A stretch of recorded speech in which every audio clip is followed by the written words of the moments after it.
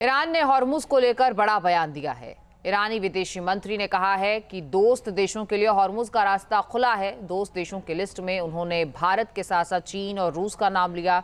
साथ ही ये साफ किया कि अमेरिका और उसके मददगार देशों के लिए हॉर्मुज में नो एंट्री होगी।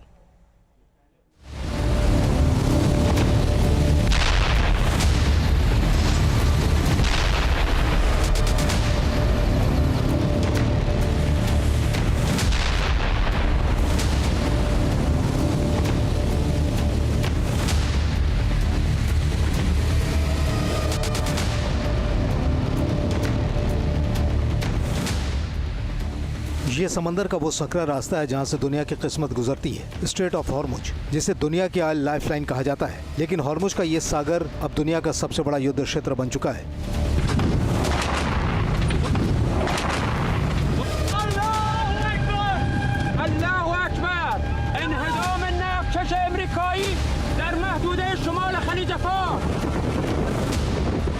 दुनिया के नक्शे पर ये एक नहर की तरह दिखता है, लेकिन इसे लेकर कहर के बादल मंडरा रहे हैं।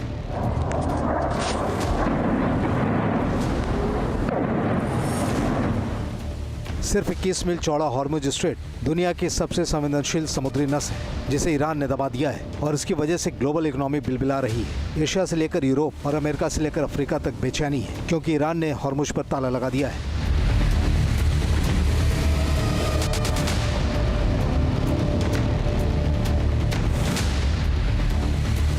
अट्ठाईस फरवरी को अमेरिका इजराइल ने ईरान के खिलाफ जंग छेड़ी। अब तक ईरान के 10,000 से ज्यादा ठिकानों पर हमले किए जा चुके हैं।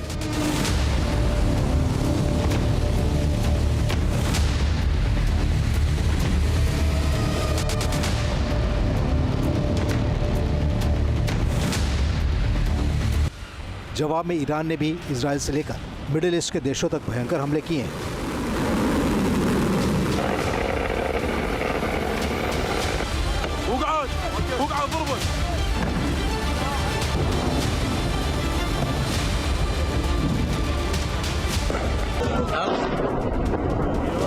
ईरान की मिसाइलों ने सऊदी अरब से लेकर यूएई और कतर तक तबाही मचाई है, लेकिन ईरान की 100 मिसाइलों से ज्यादा घातक है उसका एक ऐसा कदम जिसने पूरी दुनिया में हाहाकार मचा दिया है, और वो फैसला है हॉर्मुज को बंद करना।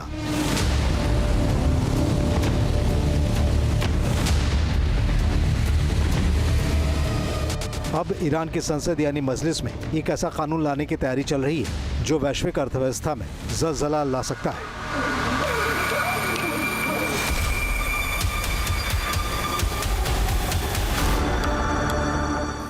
ईरान अब हॉर्मुज से गुजरने वाले हर जहाज से टोल टैक्स वसूलने की तैयारी में है। ईरान के सिविल कमीशन के प्रमुख ने साफ कर दिया है कि इस रास्ते पर उनकी संप्रभुता है और अब वो इसे यानी कमाई का जरिया बनाएंगे।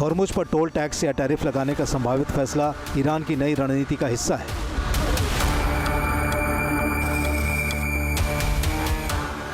ईरान के विदेश मंत्री ने एक बड़ी कूटनीतिक चाल चली है। उन्होंने सीधे तौर पर भारत, चीन, रूस, इराक और पाकिस्तान का नाम लिया है और इन्हें अपना दोस्त बताया है। ईरान का कहना है कि हमारे दोस्तों के जहाज बेखौफ गुजरेंगे, उन्हें कोई नहीं रोकेगा।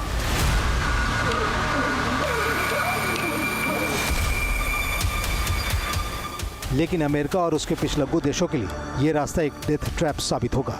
ईरान का तर्क सीधा है, जो उसके खिलाफ जंग में अमेरिका का साथ दे रहे हैं उन्हें वो अपने घर के रास्ते से नहीं गुजरने देगा।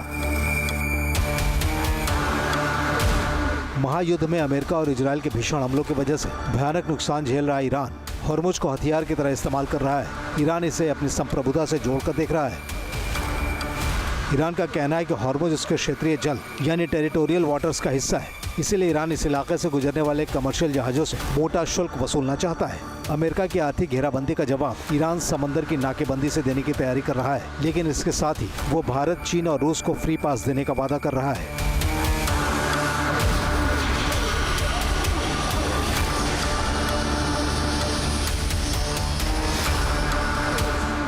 इसके जरिए ईरान एक तरफ दोस्ती और दुश्मनी की लकीर खींचकर नए वर्ल्ड ऑर्डर की स्क्रिप्ट भी लिख रहा है, तो दूसरी ओर अमेरिका को अलग थलग करने की चाल भी चल रहा है।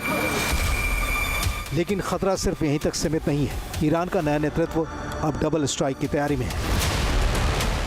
ईरान ने चेतावनी दी है कि अगर उसके द्वीपों पर अमेरिका ने ग्राउंड ऑपरेशन किया तो वो न सिर्फ हॉर्मुज बल्कि बाब अल मंडेब स्ट्रेट को भी पूरी तरह लॉक कर देगा।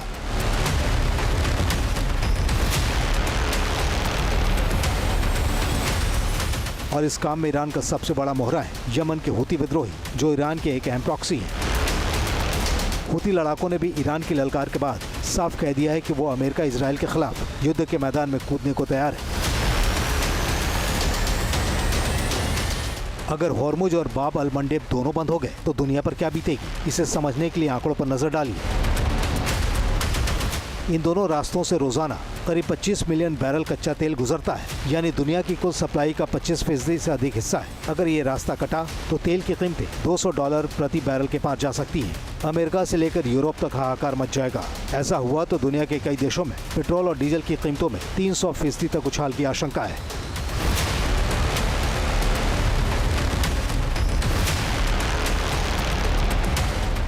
इससे दुनिया के तमाम हिस्सों में महंगाई बम भी फूटेगा और सप्लाई चेन प्रभावित होने से जरूरी चीजों की कीमत आसमान छूने लगेगी। अमेरिका इस खतरे को भांप चुका है, इसलिए उसने ईरान को चेतावनी देते हुए कहा है कि वो इंटरनेशनल वाटर्स में किसी भी तरह की नाकेबंदी या टोल वसूली को बर्दाश्त नहीं करेगा। दुनिया इस समय बारूद के ढेर पर नहीं बल्कि तेल के उस कुएं पर बैठी है जिसमें ईरान ने माचिस की तीली दिखा दी है।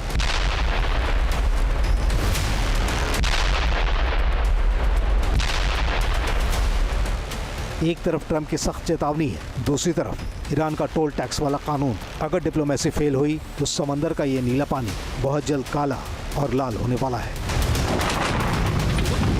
Team news nation.